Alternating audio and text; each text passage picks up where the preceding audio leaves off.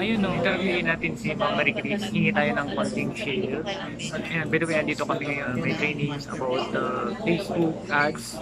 Since pure online tayo, so ito yung ginagamit natin para mag-market dito sa ating dropshipping business. So, kausapin natin. Ayun, hello guys, si Ma'am Marie Chris. Hi po, good morning.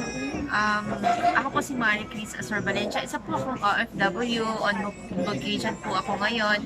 At ngayon po ay mayroon kaming training about the Facebook ads. Isa sa pinakamaganda sa TWC, yung mga training natin ay talagang free.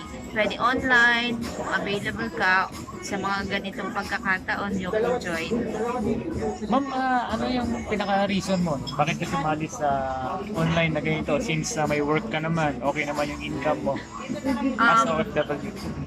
Ang pinaka-reason ko po, why ako nag-business, nag-join sa TWC, kasi nakita ko yung ganda ng system at syempre yung pinaka-reason ko, gusto ko na umuwi ng Pilipinas for my kids. So, opo, yun. Syempre, tayong mga magulang, nag-ano tayo ng magandang kinabukasan ng pamilya natin. Syempre, at sa pagtanda natin. Ayun, thank you ma'am, no? And si Ma'am Marie Chris from Jeddah, ma'am, no? Yes po, from Jeddah, from Bicol. Nag-work siya, nagbakasyon siya ngayon. Ma'am, thank you. Thank you po, thank you. Join ko po kayo sa TWC. Guys, no, isang sabihin natin maganda naman ang income. So, as OFW, ang kagandahan kasi nito, na may pure online tayo, kahit may trabaho ka, pwede mo siyang isabay. So, adjust lang sa time.